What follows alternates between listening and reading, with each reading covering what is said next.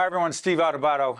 Recently on our sister series, Lessons in Leadership, I sat down with Nicole Harris-Hollingsworth, who is a Senior Vice President, Social Determinants and Impact at Hackensack Meridian Health. We talked about vaccine education, human trafficking, a whole range of important issues that are not being discussed enough in media today. Nicole talked about these issues, particularly this issue of human trafficking with worldwide events taking place in New Jersey, like the World Cup. Check out this compelling, important conversation. Dr. Good to have you with us again. Glad to be here.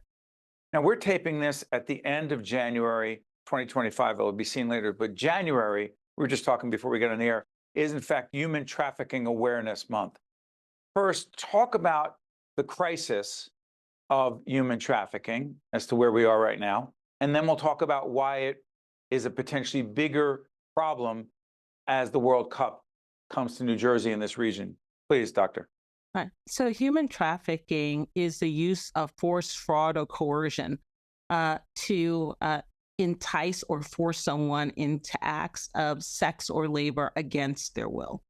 This is a tremendous issue, not just because, unfortunately, the United States and Mexico are number 1 and 2 in the world as it relates to human trafficking, but with the upcoming World Cup and club games that are going to be occurring in the state of New Jersey, we know that that activity is going to increase dramatically over the next several months and up until the end of World Cup. Why is that it increases? I've always heard that, but I don't really understand why. And please share with our audience. Sure. So we're scheduled to get approximately 1 million new visitors to our state over the course of these games. Unfortunately, with large sporting events, this is a business for some. And so they travel to wherever the large sporting event is to offer these services, both in terms of the sex trade, but more importantly, in terms of the labor trade. A lot of the construction workers and the like that are engaged are being trafficked. They're coming in against their will.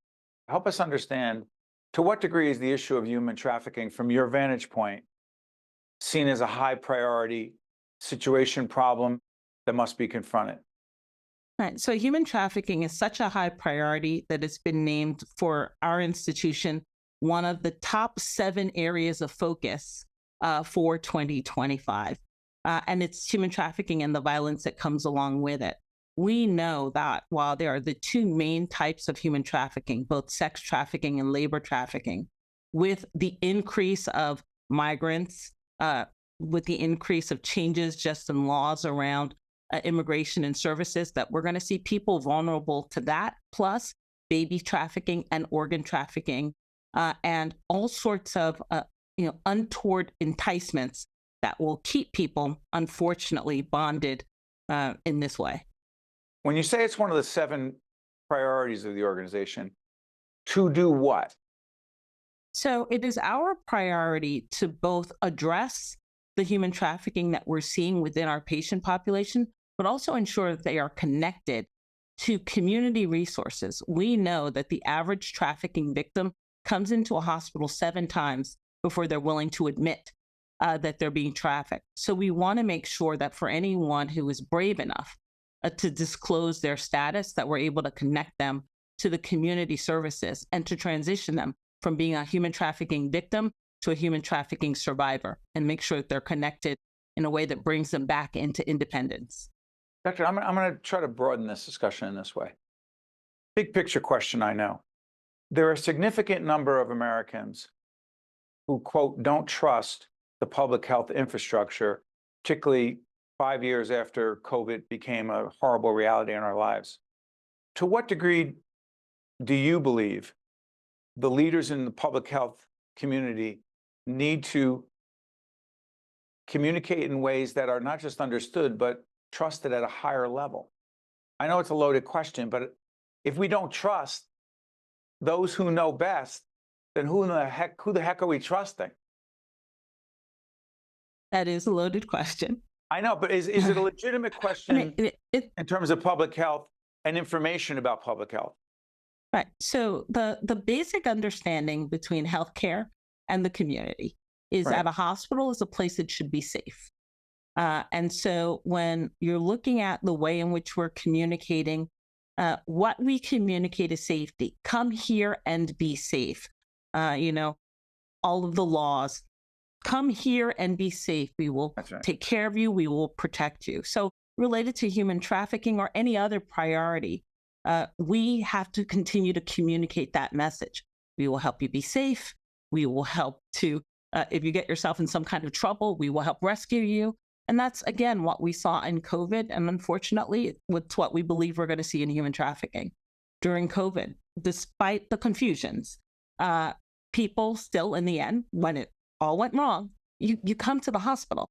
When it comes to human trafficking, we want you to know if it's all going wrong in life, come to the hospital and we will ensure that we can connect you to places that will help you be safer. Extremely well said. And also, let me add this. One of the other areas outside of human trafficking that we're going to be engaged in a public health awareness initiative in cooperation with HMH involves vaccine education, vaccine awareness. Why? And I'm not going to get on my soapbox, but I'll just say this, because credible, legitimate, accurate, important information about vaccines is more important than ever before. Doctor, if you want to comment on that, fine. If not, it's okay. But it seems to me that is our responsibility, please. Right. I agree with what you're saying. I do believe that hospitals do have that credibility. We at HMH have that credibility on both sides of it. We have both the credibility around our information as well as the longevity. We are going to be here. HMH, through its various iterations, has been in New Jersey and at the heart of New Jersey for more than 100 years through its varying incorporated hospitals. We're going to be here for the long run to help people. Being vaccinated is a part of the public health responsibility and the community's commitment in keeping itself safe. Dr. Cannot thank you enough for joining us. I promise you, as things move forward, particularly on the public health front, we will have you back to join us and get us up to date with accurate, important, credible information. Thank you, Doctor. All right. Thank you, Steve. You got it. Stay with us. We'll be right back. One-on-One with Steve Adubato is a production of the Caucus Educational Corporation. Funding has been provided by New Jersey Sharing Network, the Northward Center, United Airlines, IBEW Local 102, Valley Bank, Robert Wood Johnson Foundation, NJ Best, New Jersey's 529 College Savings Plan, PSCNG, and by EJI Excellence in Medicine Awards. Promotional support provided by ROINJ and by the New Jersey Business and Industry Association. If you register as an organ donor, you have the potential of saving up to 8 lives. And my neighbor passed away. His eyes were actually donated, and that person now can see. Not only can you save a life, but if something should happen to me and I'm no longer here, I know that in some small part, I'll live on in someone else. Say yes, save lives. Say yes, save lives. Say yes, save lives. Be an organ and tissue donor.